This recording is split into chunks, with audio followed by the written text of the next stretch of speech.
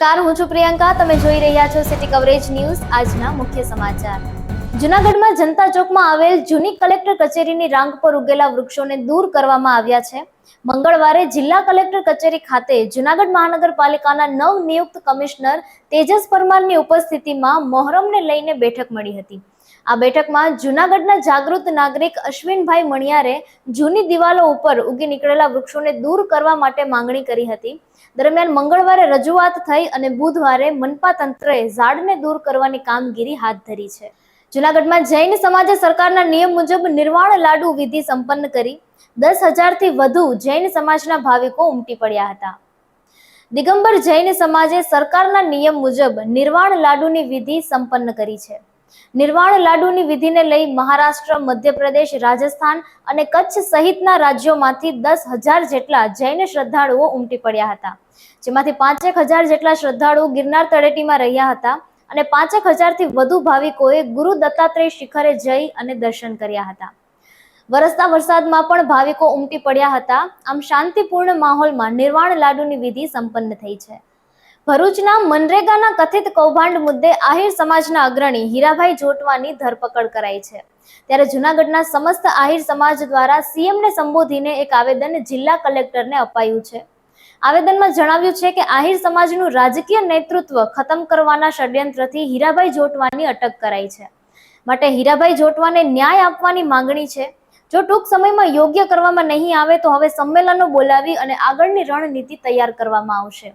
પૂછપરછના બહાને લઈ જઈ પાછળથી એફઆઈઆર કરવામાં આવી છે અને બાદમાં તેમના પુત્રની પણ અટક કરાઈ છે.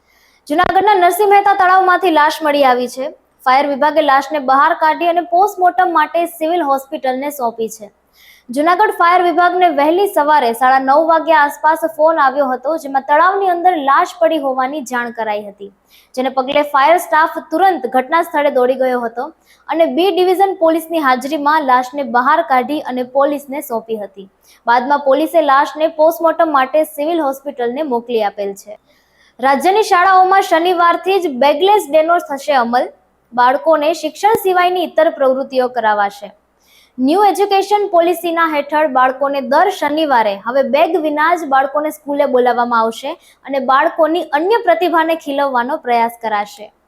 બેગલેસ ડે શરૂ કરવાનો ઉદ્દેશ્ય બાળકોના સર્વાંગી વિકાસ કરવાનો છે. શનિવારના દિવસે શાળામાં શૈક્ષણિક પ્રવૃત્તિઓ નહીં પરંતુ માત્ર ઇતર પ્રવૃત્તિઓ જ કરાવવામાં આવશે. ટાઈપ સી નો યુગ પૂરો. ચીનના નવા જીપીએમઆઈ કેબલથી થશે 4 કામ. ચાર્જિંગ, ડેટા ટ્રાન્સફર અને HDMI એક સાથે કરશે.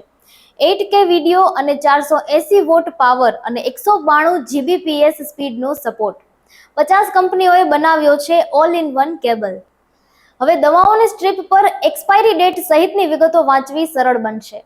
આમજન એક્સપાયરી ડેટ વાંચી શકે તે માટે સ્ટ્રીપ પર વોઇસ આસિસ્ટેડ QR કોડ અને બ્રેઇલ કાર્ડ લગાવવાની તૈયારી. દવાની સ્ટ્રીપ પર એક્સપાયરી ડેટ અને બાકીની ડિટેલ્સ જોવી સામાન્ય લોકો માટે સરળ નથી હોતું. ઝીણી પ્રિન્ટ અને ચમકદાર સપાટીના કારણે તેને વાંચવી પણ મુશ્કેલ બને છે. આ સ્થિતિમાં ડ્રગ રેગ્યુલેટરે આ સમસ્યા દૂર કરવા માટે પગલાં ઉઠાવ્યા છે.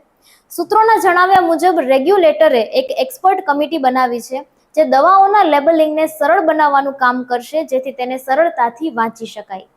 આવતીકાલથી પવિત્ર અમરનાથ યાત્રા બમ બમ ભોલેના નાદ સાથે પ્રથમ ટુકડી રવાના. LG મનોજ સિન્હાએ લીલી ઝંડી આપીને પ્રસ્થાન કરાવ્યું.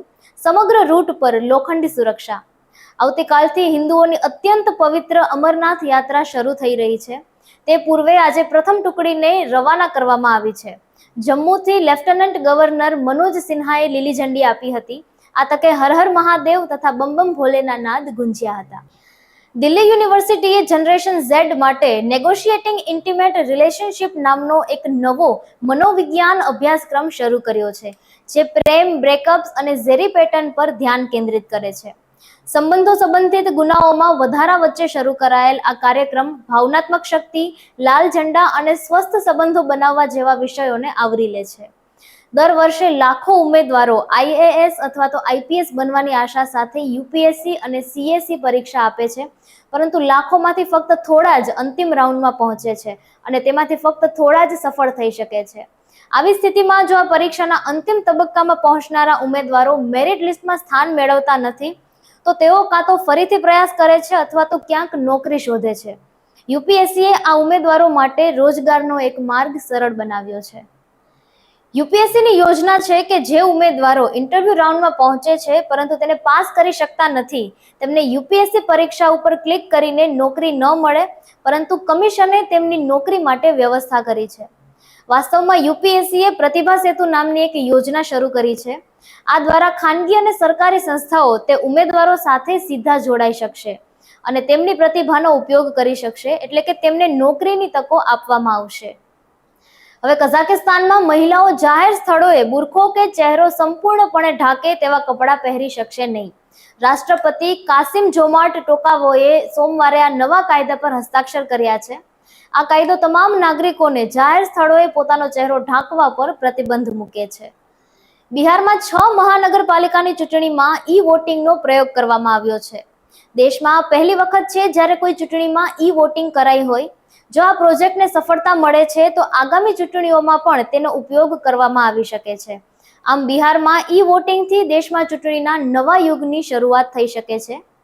ઇલેક્ટ્રોનિક વોટિંગમાં મોબાઈલથી અને કોમ્પ્યુટરથી મતદાન કરવા મંજૂરી આપવામાં આવી હતી.